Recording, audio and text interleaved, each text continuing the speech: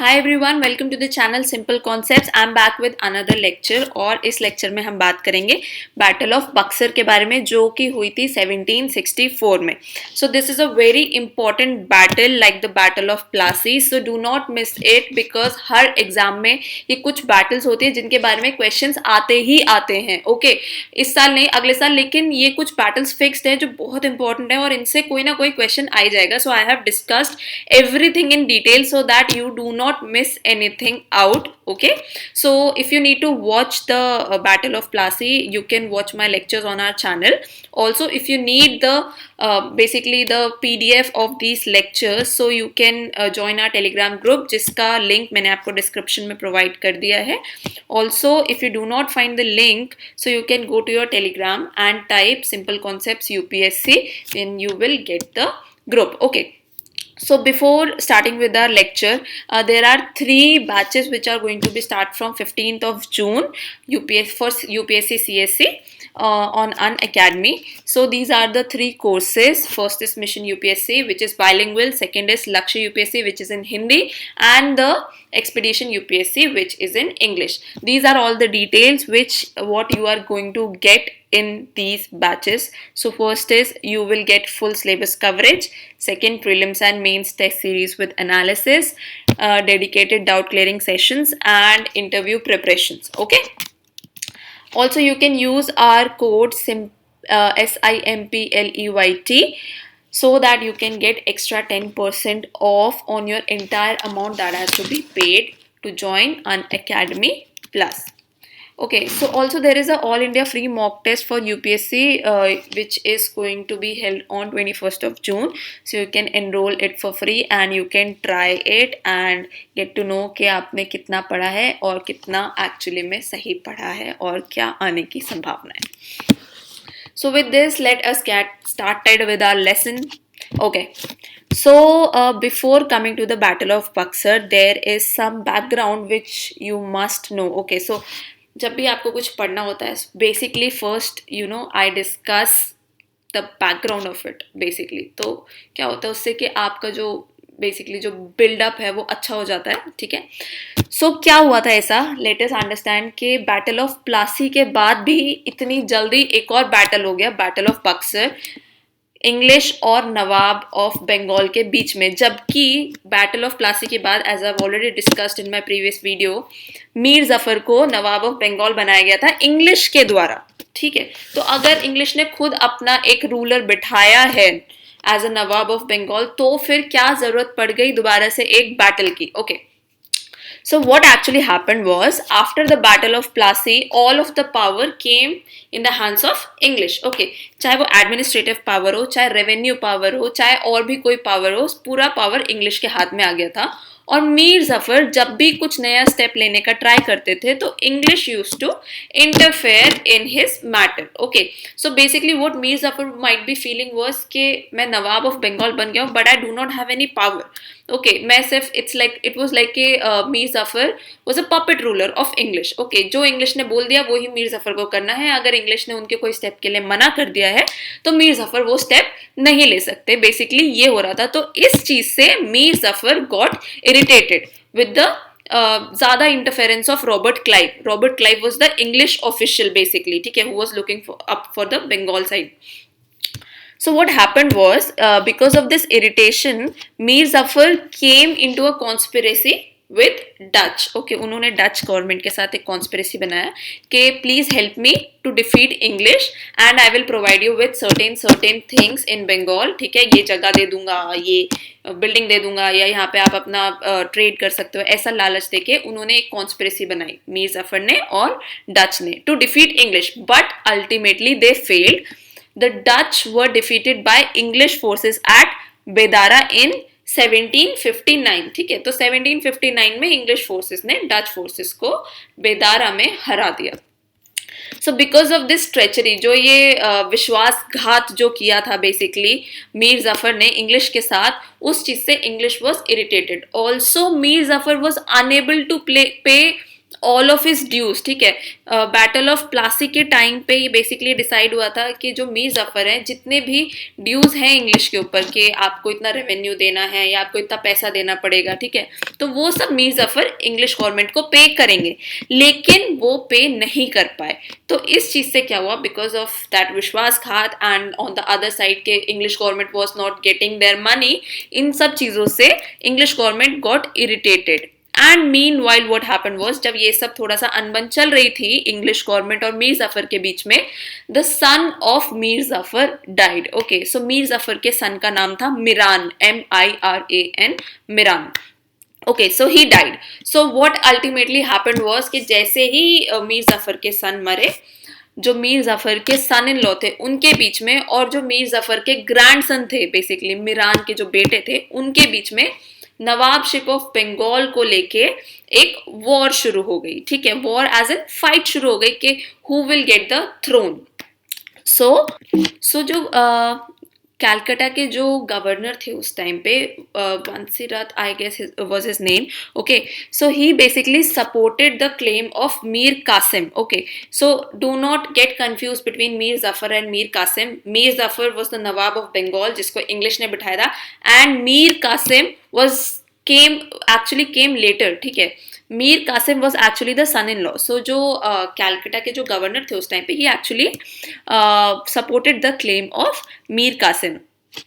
So there was a treaty which was signed between Mir Qasim and English, okay, because English was unhappy with Mir Zafar. तो basically उनको एक नया ruler चाहिए था जो उनके पपेट की तरह काम कर सके और जो उनको उनके ड्यूज वापस दे सके। So they basically signed a treaty with Mir Qasim, the son-in-law of Mir Zafar. So these are the highlights of the treaty. Okay, we will discuss it.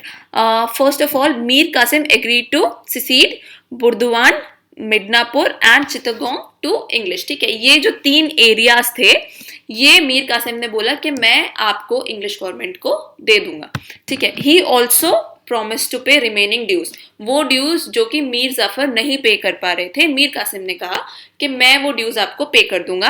And he also promise to pay 5 lakh rupees as compensation for company's war efforts in South India. And company agreed that जो मीर कासिम है, ठीक है, मीर कासिम का कोई दोस्त होगा तो वो इंग्लिश कंपनी का भी दोस्त माना जाएगा, और अगर मीर कासिम का कोई एनिमी होगा तो company will treat that enemy as their own enemies. Okay, so basically ये था कि there was kind of a treaty कि अगर मीर कासिम किसी से फाइट में आते हैं या कोई बैटल होता है किसी और रूलर के साथ, तो बेसिकली इंग्लिश गवर्नमेंट उसका साथ देगी उस बैटल में। ये था कंक्लूजन इस ट्रीटी का, और उसके बदले में मीर कासिम जो है वो उनको उनके ड्यूज पे करेंगे, उनको ट्रेड बेनिफिट्स देंगे, और ये तीनों एरियाज उन्होंने इंग्लिश गवर्नमेंट को सीड कर दिए थे। Also, Mir Zafar resigned due to the pressure and Mir Qasim became the Nawab. So basically जो English government थी वो pressure देती रही, finally Mir Zafar ने थक हार के दे दिया resign, and then Mir Qasim became the Nawab of Bengal. So Mir Qasim took many great steps after becoming Nawab. He shifted capital from Murshidabad to Munger in Bihar. Okay, reorganized bureaucracy with the men of his own choice and worked on military skills. So Mir Qasim ने basically बहुत ही एक अच्छा या strategical step लिया, ठीक है, बहुत ही clever step लिया कि उन्होंने क्या किया, अपना जो कैपिटल था वो मुर्शिदाबाद से मुंगेर बिहार में शिफ्ट कर दिया। क्यों? बिकॉज कैलकाटा में इंग्लिश का गुड होल्ड था और Murshidabad was closer to Calcutta. Okay, so अगर मुर्शिदाबाद में उनका कैपिटल रहता मीर कासिम का, तो इंग्लिश गवर्नमेंट उनको आसानी से टैकल कर पाती और फिर से वही इंटरफेरेंस चलता। So what he did was, उन्होंने थोड़ा सा डिस्टेंस मेंटेन कर लिया इंग्लिश कंपनी से, ताकि वो उनके एक्शंस में बार बार इंटरफेयर ना कर पाए। What he also did was, he actually reorganise the bureaucracy with men of his own choice. Okay, क्योंकि उन्होंने पहले सीखा बैटल ऑफ प्लासी से, जैसे कि हमने बैटल ऑफ प्लासी में डिस्कस किया था कि जो उनके खुद के दरबारी थे उन्होंने ही उनका साथ नहीं दिया था सिराजुद्दौला का, ठीक है। तो उस वजह से क्या हुआ था, he actually had to give up, ठीक है। तो बैटल ऑफ प्लासी से पहले ही ये पता चल गया था कि इंग्लिश गवर्नमेंट जीतने वाली है, बिकॉज देयर वाज लाइक धोखाधड़ी kind of thing going on, कि जो दरबारी थे सिराजुद्दौला के, वो ही जाके इंग्लिश गवर्नमेंट के साथ मिल गए थे, ठीक है। सो इन्होंने ये गलती नहीं करी, इन्होंने अपने जो ब्यूरोक्रेसी थी, जो उनकी कोर्ट में लोग बैठते थे, उनको खुद चूज किया, man of his own choice. He also worked on military skills because he knew कि the English government has a very good military skill. Okay, उनके जो जितने भी मिलिट्री मैन हैं वो बहुत ही स्किल्ड हैं। So in case if there comes a situation, जब लड़ाई की नौबत भी आएगी, तो उनके जो मेन है वो प्रिपेयर्ड होनी चाहिए with the similar military skills. So these were the some very important and very clever steps that Mir Qasim actually took.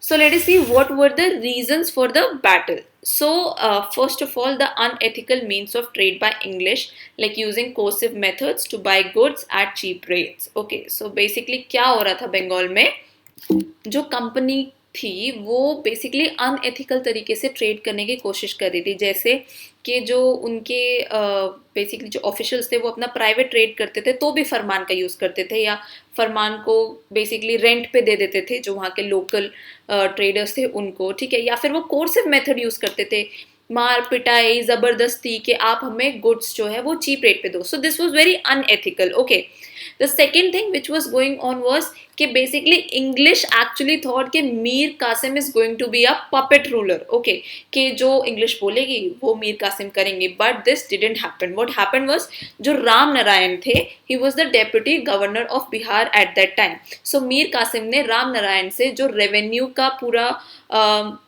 Basically account था वो मांगा, and Ram Narayan actually denied, उन्होंने नहीं दिया वो revenue account. Okay, and Ram Narayan was backed by English. Okay, तो राम नारायण के पीछे जो थी वो इंग्लिश की बैक थी, और वो मना कर रहे थे मीर कासिम को कि नहीं, मैं नहीं बताऊंगा कि कितना रेवेन्यू जनरेट हुआ है या क्या हुआ है बिहार में। So actually Mir Qasim got irritated by this कि इंग्लिश ने उसको बैक किया है, इसलिए उसकी इतनी हिम्मत हो रही है कि वो ऐसे बोल पा रहा है, ठीक है। So he actually thought this was English's fault, also the unethical means.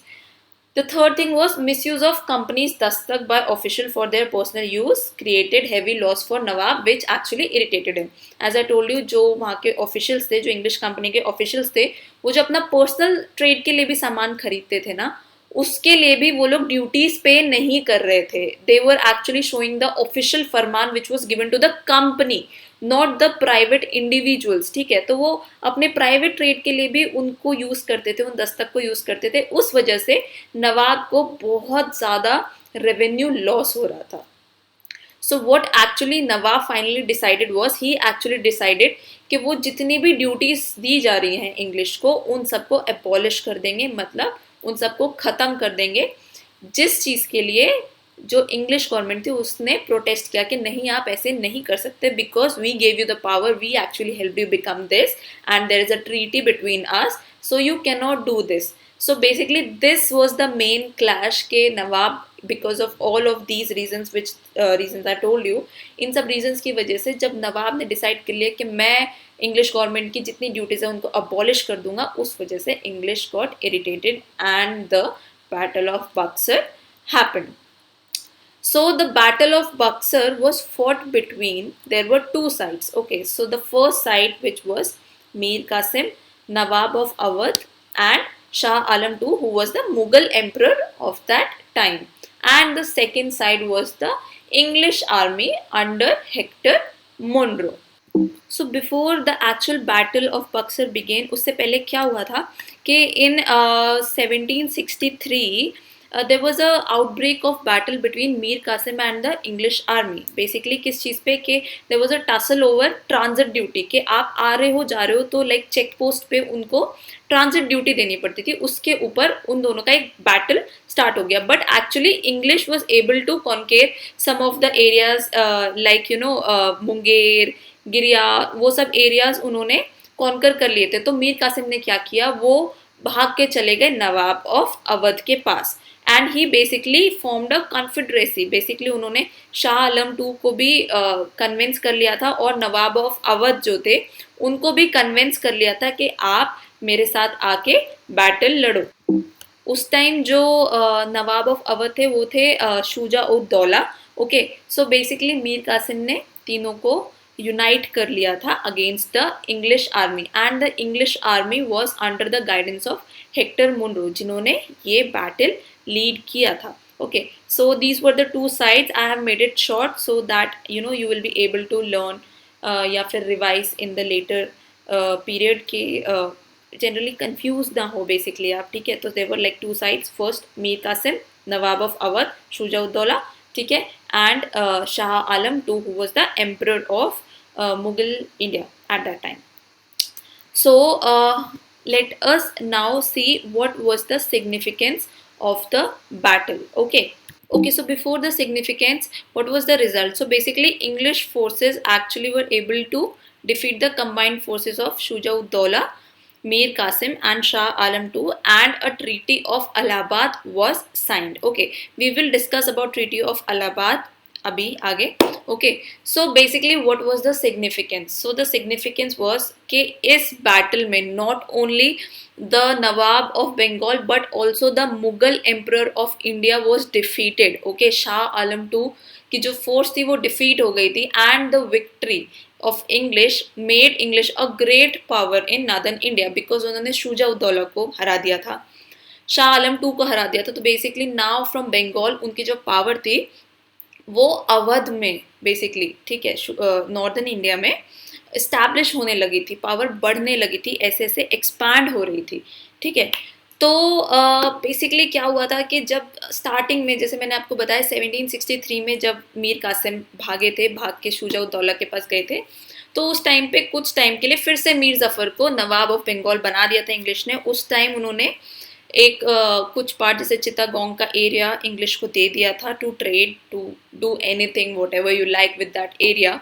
ठीक है, and later on after this battle got over and Mir Zafar died, and after Mir Qasim को जब निकाल दिया गया था तो जो मीर जफर के जो बेटे थे, ठीक है, उनको बेसिकली बना दिया गया था Nawab of Bengal. Well, that is not very much important. I have discussed all the important things which are going to come in exams. So basically इस battle से हमें यही सीखने को मिलता है कि मुगल एम्परर को भी ब्रिटिशर्स ने हरा दिया था. सो बेसिकली उनका पावर पहले से बहुत ज़्यादा बढ़ गया था, and because of the defeat of Shuja ud Daula they were able to establish their power in northern India, and a treaty of Allahabad was signed between Shuja ud Daula, Mir Qasim and Shah Alam II. Now we will see कि treaty of Allahabad में क्या चीज़ sign हुई थी.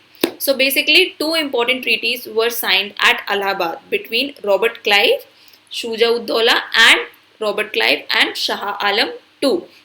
So basically Shuja ud Daula के साथ क्या treaty हुई थी हम पहले वो देखेंगे. ठीक है, उसके बाद हम देखेंगे शाह आलम II के साथ क्या ट्रीटी की थी क्लाइव ने. So with Shuja ud Daula he actually surrendered Allahabad and Kara to Shah Alam II. So basically Shuja ud Daula को कहा गया कि आप अलाहाबाद और कारा जो है वो शाह आलम II को दे दोगे. Also he was asked to pay 50 lakhs to company as war expense, कि कंपनी का इस वॉर के ऊपर जितना खर्चा हुआ है 50 लाख आप उसका दोगे. And give बलवंत सिंह जमींदार of Banaras full possession of his state, कि आप उस स्टेट को इंडिपेंडेंट कर दीजिए.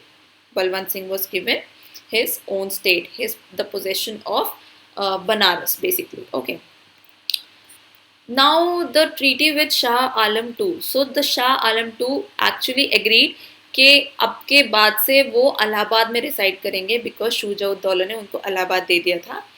He also issued a Farman to company giving Deewani rights of Bengal, Bihar and Orissa. Okay, so जो हमने रूलर्स डिस्कस किए थे अपनी प्रीवियस वीडियो में, उसमें भी मैंने बताया था कि शाह आलम के टाइम में उन्होंने एक फरमान इशू किया था जिसमें कि ये राइट्स जो है, जो दीवानी राइट्स हैं, बेसिकली रेवेन्यू कलेक्टिंग राइट्स जो हैं, वो इंग्लिश को दे दिए गए थे of Bengal, Bihar and Orissa. Okay, also a provision was there to pay ₹53 lakh to the company for Nizamat function. Okay, military, police and administration of justice for the said area. So basically नवाब को जो एम्परर थे उन्हीं को पे करना था इंग्लिश को. तो इंग्लिश ने क्या बोला था कि हम आपको मिलिट्री देंगे, पुलिस देंगे, हम पूरा एडमिनिस्ट्रेशन संभालेंगे और उसका खर्चा आप उठाएंगे उसके लिए, क्योंकि हम आपको मिलिट्री प्रोवाइड कर रहे हैं आपके प्रोटेक्शन के लिए और हम आपका पूरा एडमिनिस्ट्रेशन देख रहे हैं, सब कुछ देख रहे हैं. तो उस चीज के लिए आप हमें 53 लाख रुपीज पे करेंगे. Okay. So, one of the very important question which rises here is why didn't Robert Clive ask for annexation of Awadh? उन्होंने पूरा अवध का जो एरिया है वो अपने अंडर क्यों नहीं ले लिया था? उन्होंने क्यों यहाँ पे शुजा उद दौला को वहाँ पे रहने दिया था और सिर्फ जो इलाहाबाद और कारा का एरिया था वो शाह आलम टू को दिलवा दिया था और बाकी उन्होंने शुजा उद दौला के साथ रहने दिया. ही नेवर डिड लाइक के जैसे उन्होंने बंगाल के साथ किया था कि उन्होंने बंगाल की पूरी पावर अपने हाथ में ले ली थी. Why did this happen? You can actually write your answer in the comment box or you can actually mention the answer in our telegram group. ठीक है, उसके बाद मैं आपको इसका आंसर बताऊंगी नेक्स्ट वीडियो में कि why didn't Clive ask for annexation of Awadh. Okay. So with this war के बाद क्या हुआ? After the battle of Buxar, the East India Company became the superior power in Bengal. ठीक है, उसके बाद तो उसका पूरा राज एस्टैब्लिश हो गया था बंगाल के ऊपर. एंड एक्चुअली जो रॉबर्ट क्लाइव थे उन्होंने एक काइंड ऑफ गवर्नमेंट इंट्रोड्यूस किया था जिसे कहा जाता था dual government in Bengal. So basically dual government में क्या था? बेसिकली जो इंग्लिश कंपनी थी it actually got the power of both diwani and nizamat rights. So the diwani right means right to collect revenue and the nizamat means military power. So इस system में basically क्या था कि वो जो रेवेन्यू कलेक्ट करते थे that right was given to the company and what actually company did was कि उन्होंने वो राइट बेसिकली एक्सरसाइज किया with the help of emperor. Okay.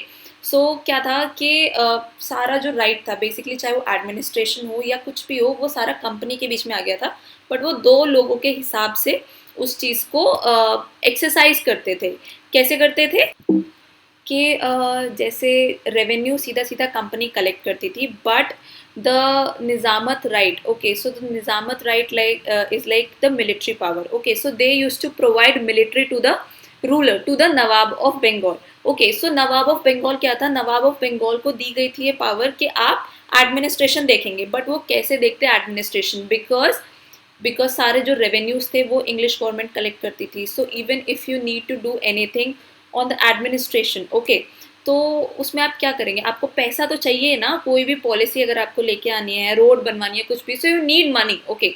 Money किसके पास होती थी? इंग्लिश के पास. सो बेसिकली नवाब को क्या करना होता था? पहले इंग्लिश से पैसे मांगने होते थे. जो निजामत राइट्स थे it was the military power. So military भी जो थी वो भी इंग्लिश की थी. Okay. So English actually gave the military के कोई बात नहीं, हम आपकी मिलिट्री से प्रोटेक्शन करेंगे. तो नवाब जो थे वो खुद की मिलिट्री भी नहीं खड़ी कर सकते थे. उनको जो इंग्लिश थी, इंग्लिश ही सारे मिलिट्री पावर्स देखती थी कि कोई हमला कर रहा है बंगाल के ऊपर या क्या है. तो वो सब जो मिलिट्री इंग्लिश की जो मिलिट्री पावर थी वो देखती थी. ओके. सो बेसिकली दोनों जो चीज़ें थी, चाहे दीवानी हो चाहे निजामत हो, वो दोनों इंग्लिश के हाथ में आ गई थी. तो इस चीज़ से क्या हुआ?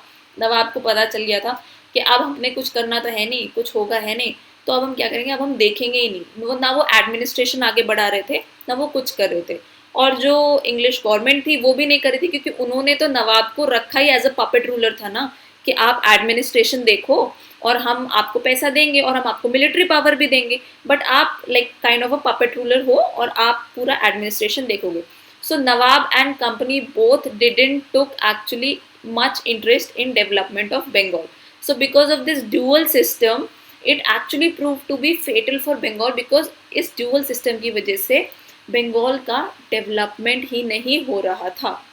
So later in 1772 I guess Warren Hasting ने आके ये dual system in Bengal ख़त्म किया था and after that a little development held but not very good. Okay, कि बहुत ज़्यादा कुछ नहीं हुआ था. जो लोग थे, जो इंडिया के लोग थे उस टाइम बंगाल में, वो तब भी इंग्लिश के अंडर ही थे and English had the superiority complex always. Okay. So much of the development didn't happen but this dual government actually it actually prove to be fatal. What fatal is कि बहुत ज़्यादा ही बुरा हो गई थी वहाँ की हालत. ठीक है, जब कोई भी नहीं देख रहा है, ना लॉ एंड ऑर्डर है, चोरी हो रही है, कुछ कोई देख नहीं रहा है, there are no rights, nothing, no development in basically बस रेवेन्यू कलेक्ट करे जा रहे हैं और कुछ नहीं हो रहा था. No administrative work. Okay.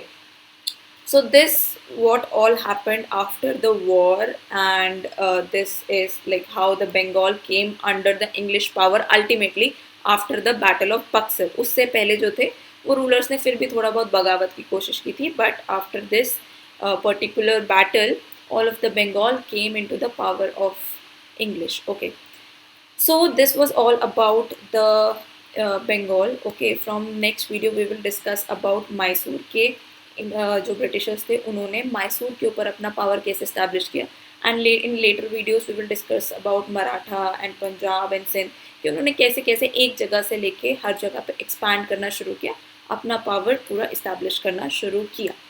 So I hope you have liked the video, and if you have any doubt you can ask me on our Telegram group. So I'll see you all in my next video. Till then, take care and bye bye.